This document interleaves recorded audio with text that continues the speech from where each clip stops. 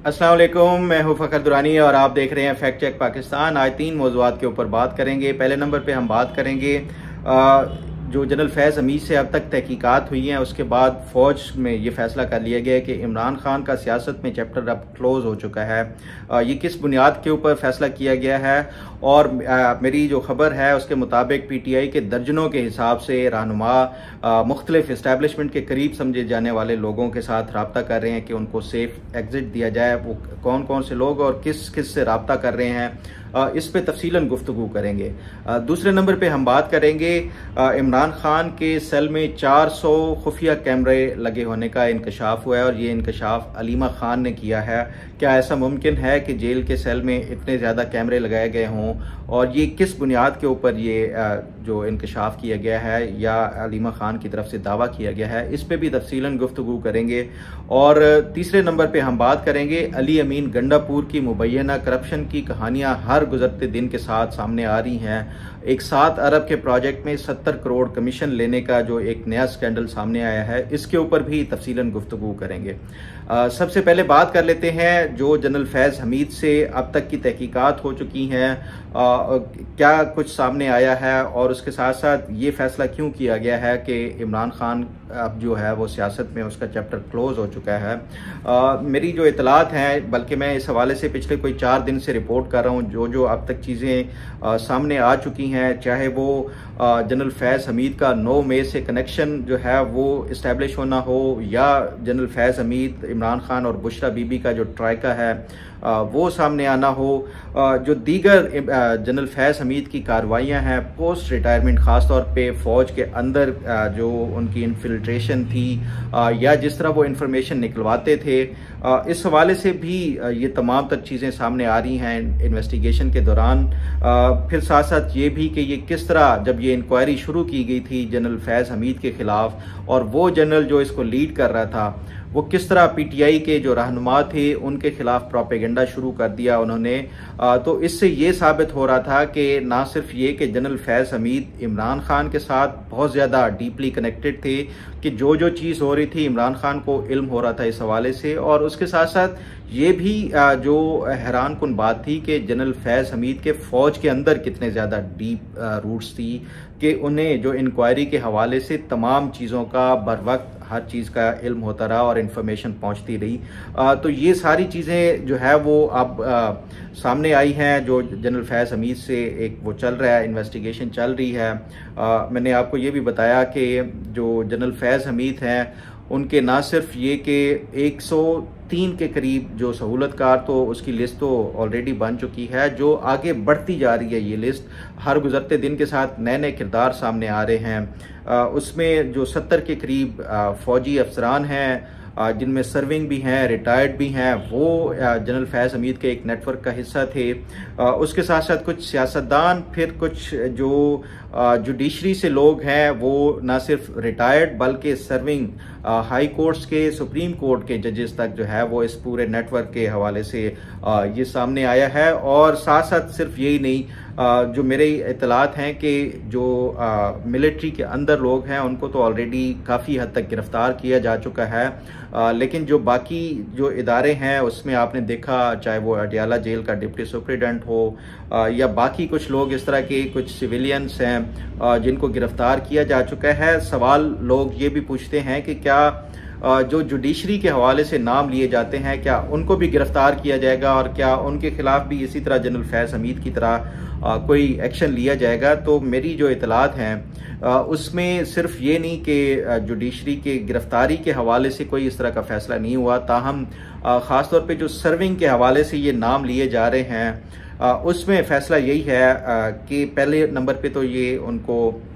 जो उनके खिलाफ तमाम तर सबूत हैं उनको ये कहा जाएगा कि वो मुस्तफ़ी हो जाएं अपने ओहदे से, क्योंकि उन्होंने जो एक बतौर जजेस के कंडक्ट अपना वायलेट किया है या इस तरह की जो सियासी एक्टिविटीज़ हैं या जो भी इस हवाले से जो उनके हवाले से सबूत सामने आते हैं, तो गिरफ्तारी से ज़्यादा उनको ये जिस तरह सहूलतकारी की जा रही थी इमरान खान के लिए या PTI के लिए, सबसे अहम चीज़ ये है कि उस सहूलतकारी के ऊपर फुल स्टॉप लगाना है। तो इस हवाले से ये बाकायदा तौर पर काम शुरू हो चुका है। आने वाले दिनों में बड़े बड़े ऐलानात सामने सामने आ सकते हैं। ये इस पे जो मेरी अब लेटेस्ट अपडेट है कि गिरफ्तारी शायद जो ख़ासतौर पे जो जुडिशरी के हवाले से लोग एक्सपेक्ट कर रहे हैं कि शायद जो जुडिशरी के लोग हैं उनको भी गिरफ्तार किया जाएगा, जिस तरह जनरल फैज़ हमीद का वो किया गया है। जो रिटायर्ड लोग हैं उनकी अब उनके जो सहूलतकारी है या जो उनका रोल था उसके मुताबिक कोई ना कोई सज़ा दी जाएगी, चाहे वो गिरफ्तारी की सूरत में हो या किसी सूरत में। लेकिन जो सर्विंग है उसके लिए फिर वही जो तरीक़ाकार मेरे ज़राए ये बता रहे हैं कि उनको उनके ओहदे से हटाया जाएगा। इस पे आने वाले दिनों में जो भी अपडेट होगी वो आपके साथ शेयर करूंगा। लेकिन सवाल ये है कि ये जो इमरान खान के हवाले से ये तमाम तर जो जनरल फैज़ हमीद और इमरान खान का एक नेक्सस था, जो कि बुनियादी तौर पे एक 9 में ख़ास तौर पे वो पाकिस्तान की जो फ़ौज है उसमें बगावत पैदा करने के हवाले से ये कोशिश की गई थी। और ये अब से नहीं सामने आ रहा, बल्कि अगर आप 2 साबिक़ वज़राए आज़म के जो बयान थे वो ऑलरेडी मैं रिपोर्ट कर चुका हूँ। तो ये ऐसा नहीं है कि जो बगावत के हवाले से ये जो चीज़ें अब सामने आ रही हैं ये फ़ौज के अंदर पहले भी था, लेकिन उसकी एक फॉर्मल इंक्वायरी की सूरत में ये सारा कुछ ये ज़्यादा लाजिम था, क्योंकि अगर इस तरह कोई कार्रवाई की जाती या एक्शन लिया जाता तो जो जनरल फैज़ हमीद के जो सपोर्टर्स हैं या हिमायती हैं, ख़ास तौर पे जो फ़ौज के अंदर भी अब तक हों, तो वो उनके लिए एक बड़ा वो सवालिया निशान उठ सकता था। इसलिए ये एक पूरे इदारे के डिसिप्लिन को मेंटेन रखते हुए ये इंक्वायरी और ये सारा कुछ किया गया है। तो उसके बाद अब मेरी जो इतलात हैं कि इमरान खान का ये इस पूरी तहकीकात के बाद ये फैसला किया गया कि अब इमरान खान का जो चैप्टर है वो क्लोज है। सियासत में, पाकिस्तानी सियासत में लोग ये कहते हैं कि इमरान खान इस टाइम पाकिस्तान के गली मोहल्ले, कस्बे, गांव, देहात, शहर, ज़िला, डिवीज़न, हर लेवल पे वो इस टाइम पाकिस्तान का सबसे पॉपुलर लीडर है। उसकी सियासत को आप कैसे ख़त्म कर सकते हैं? आप जितना दबाएंगे उतना इमरान खान की जो शोहरत है वो बढ़ेगी। इसमें कोई शक नहीं है कि ये जो एक नेचुरल प्रिंसिपल होता है ये ऐसा ही है कि आप जिसकी सियासत को या जितना भी दबाएं आप वो उतना ज़्यादा पॉपुलर होता है। और एंटी जो इस्टेब्लिशमेंट एक बयानिया है वो हमेशा पाकिस्तान में बिकता है, ये बात दुरुस्त है। लेकिन जो पाकिस्तान की एक रियलिटी है वो उसको भी हमें मद्देनज़र रखना होगा। और वो रियलिटी ये है कि रियासत से बड़ा कोई नहीं है। रियासत से जिसने भी टक्कर ली है वो चाहे वो किसी सियासी उसकी सूरत में हो तो वो कभी कामयाब नहीं हुआ। भुट्टो भी इस तरह का जो है वो पॉपुलर भी था, सब कुछ था, लेकिन वो उन्होंने इतना बड़ा जो वो नहीं किया जिस तरह इमरान खान ने अपनी एक पॉपुलैरिटी और उससे ओवर कॉन्फिडेंस में आके जो रियासती इदारे हैं ना सिर्फ उनके ऊपर चढ़ाई की बल्कि अटैक्स करवाए। और फिर उसके बाद अटैक्स करने के बाद भी कोई निदामत या उसके ऊपर माफ़ी नहीं की मांगी, बल्कि अपना जो काम थे उसको डिफेंड किया और उल्टा इदारों के ऊपर वो लगाया। बहरहाल ये इमरान खान का अगर मैं एग्जांपल दूं, वो अल्ताफ़ हुसैन भी कराची के अपने जो सियासत थी उसके बेताज बादशाह थे, इस्टेब्लिशमेंट ही उसको लेके आई जो अल्ताफ़ हुसैन को कराची में। लेकिन उसके बावजूद जब उन्होंने एक वर्बली अटैक किए थे, जो लफ्ज़ी तौर के ऊपर फ़ौज के ऊपर हमले किए थे, लेकिन उसको बिल्कुल क्रश कर दिया गया था उसकी सियासत को। अब भी जो MQM अल्ताफ़ हुसैन है उसके शायद नाम लेवा भी होंगे कराची के अंदर, लेकिन उसके बावजूद भी आपने देखा कि इस्टेब्लिशमेंट ने एक अल्टरनेट जो एक उनका तैयार की है मुत्तहिदा कौमी मूवमेंट पाकिस्तान की सूरत में, कराची अभी भी चल रहा है। तो ऐसा नहीं है कि कोई जो है वो पाकिस्तान के लिए इमरान खान नहीं होंगे तो पाकिस्तान नहीं चलेगा। तो ये फैसला इसलिए किया गया कि अब इमरान, हाँ ये हो सकता है कि इमरान खान और पाकिस्तान जो ये अब ये फैसला किया गया है कि ये इकट्ठे साथ साथ नहीं चल सकते। वैसे भी अगर देखा जाए तो इमरान खान का जो एक माइंडसेट है वो कभी भी जमहूरी नहीं रहा। आप अगर इमरान खान की पूरा सियासी कैरियर देख लें, 2002 में इनको परवेज़ मुशर्रफ ने सीट जितवाई, ये एक्सपेक्ट कर बैठे कि ये वज़ीर आज़म बनेंगे, मुशर्रफ इनको वज़ीर आज़म बना देगा। ऐसा नहीं हुआ तो इमरान खान ने वो इस्तीफ़ा दे दिया। 2008 वाले जो इलेक्शंस थे उसमें इमरान खान क्योंकि ये हमेशा से आप देखें तो उस टाइम ये पॉपुलैरिटी इनकी नहीं थी, इनको टांगा पार्टी कहा जाता था। बाबर रवान जैसे लोग, शेख रशीद जैसे लोग इनके साथ टॉक शोज़ में बैठना पसंद नहीं करते थे। बहरहाल इन्होंने 2008 में इनको पता था कि वो एक सीट भी शायद इनको ना मिले, तो इन्होंने इलेक्शन में ही बाइकआउट का ऐलान कर दिया। फिर 2013 जो 2008 के बाद 2010-11 में बाकायदा तौर पे जनरल पाशा ने इनकी आबियारी की। उसके बाद ये जो एक फौजी जो इंस्टीट्यूशनल लेवल के ऊपर ये फैसला किया कि दो सियासी जमातों का जो एक कल्चर है पाकिस्तान में, उसका एक मुतबादिल तैयार किया जाए, और उसके लिए कुरा फाल जो इमरान खान का ही नाम पे निकला था। जनरल पाशा से होते हुए ये जिम्मेदारी इंस्टीट्यूशनल लेवल पे आगे जनरल ज़हीरुल इस्लाम को मिली कि इमरान खान जो प्रोजेक्ट है उसको आगे बढ़ाना है। वो फिर जनरल ज़हीरुल इस्लाम ने 2014 के धरनों की सूरत में हुकूमत को डिस्टेबलाइज किया। फिर आगे ये जो जिम्मेदारी थी वो जनरल फैज़ हमीद के कंधों पे आ गई। फैज़ हमीद ने तो बिल्कुल इंतहाई कर दी, जो जिस तरह सहूलतकारी की इमरान खान की। 2018 की इलेक्शंस आपके सामने हैं, तो ये हर सूरत में इमरान खान जो है वो जब तक ये अकेले थे तो ये ज़ीरो इनका सियासी वो था, कोई अचीवमेंट थी। लेकिन जब इस्टेब्लिशमेंट के कंधों पे सवार होके आए तो उसके बावजूद भी, पूरी एक्सपोर्ट के बावजूद इमरान खान वो डिलीवर नहीं कर पाए। और जब डिलीवर नहीं कर पाए, जाहिर बात है वो हर जो इदारा होता है वो अपना बोझ उतारता है। बोझ उतारा तो इमरान खान ने उनके ऊपर चढ़ाई कर दी। तो ये फ़ौज ने एक पूरा एक इंस्टीट्यूशनल लेवल पे, जो मेरी इतलात हैं, अब ये फैसला कर लिया कि अब इमरान खान नहीं चल सकता साथ पाकिस्तान के। बहरहाल ये मेरी आज की इन्फॉर्मेशन, और साथ साथ जो मेरे ज़राए हैं ये बताते हैं कि जो PTI के सरकर्दा रहनुमा हैं, ख़ासतौर पे बड़े वोकल होते हैं, जो आजकल भी TV के ऊपर उन तमाम में से बेशतर जो है दर्जनों के हिसाब से उन्होंने राब्ते करना शुरू कर दिए हैं, जो प्रो इस्टेब्लिशमेंट लोग समझे जा रहे हैं उनके साथ, और उनसे ये सेफ एग्जिट मांगा जा रहा है। PTI छोड़ने के हवाले से गारंटियां मांगी जा रही हैं कि उनको दूसरी सियासी जमातों में एडजस्ट करवाया जाएगा।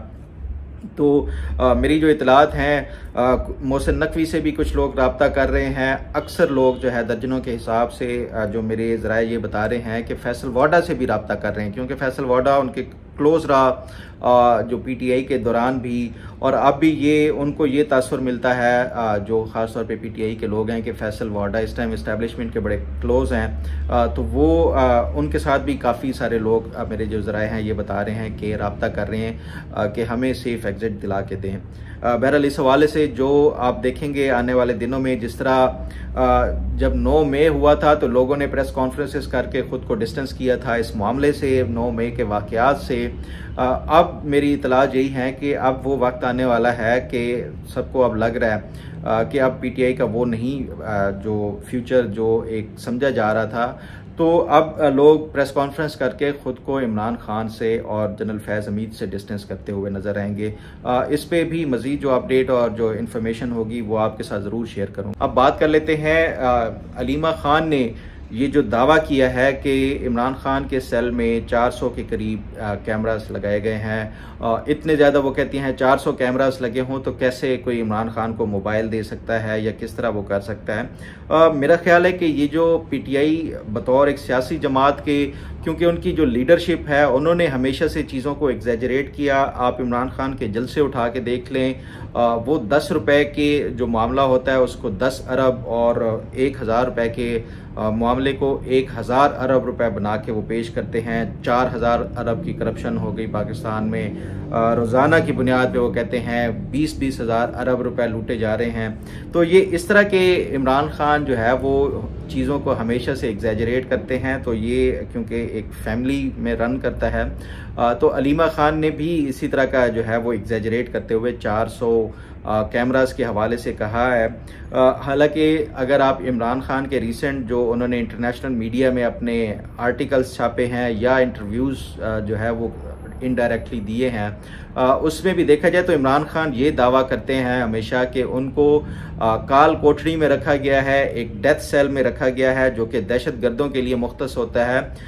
तो अगर इमरान खान का दावा देखा जाए तो ये मुमकिन ही नहीं है कि एक छोटी सी काल कोठड़ी में कोई 400 कैमरास लगाए गए हों। मेरी जो इतलात हैं, जो मुख्तलिफ ज़राए से बात की है, वो ये बताते हैं कि कोई इमरान खान की जो सेल है उसमें कोई ना ही खुफिया कैमरा लगाया गया है और ना ही कोई इस तरह के खुफिया माइक्स वगैरह। बाकी ये जो एक वो अलीमा खान ने बयान दिया है, ये सिर्फ उसको उन्होंने डिस्पेल करने की कोशिश की है जो ये कहा जा रहा है कि डिप्टी सुप्रीडेंट थे मोहम्मद अकरम, उनकी पूरी सहूलतकारी थी, वो मोबाइल फ़ोन देते थे, वो इंटरनेशनली लोगों के साथ रवाबित कराते थे इमरान खान के, पाकिस्तान के अंदर लोगों से और जनरल फैज़ हमीद से भी रब्ते करवाए जाते थे।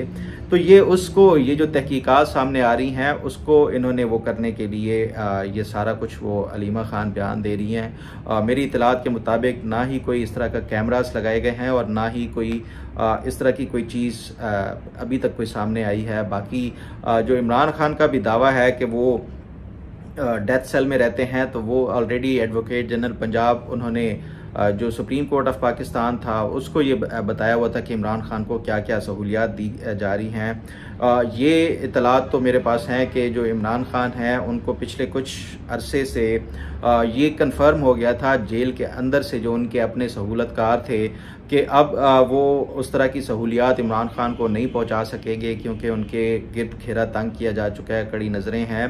क्योंकि ये जेल के अंदर भी जो इनके सहूलतकार थे उनको अंदाज़ा हो गया था। यही वो वजह है। और उसके साथ साथ जो जनरल फैज़ हमीद की इंक्वायरी जिस स्टेज के ऊपर थी, उस स्टेज के ऊपर जो है वो पूरी अपडेट्स इनको मिलती थी, ना सिर्फ जनरल फैज़ हमीद को बल्कि जनरल फैज़ हमीद आगे पीटीआई तक कन्वे करते थे। उसकी एग्जांपल मैंने आपको पिछले 2-3 प्रोग्राम्स में दी कि शहजाद अकबर जिस तरह जो इंक्वायरी लीड करने वाले मेजर जनरल थे उनके खिलाफ जो प्रोपेगेंडा करते रहे।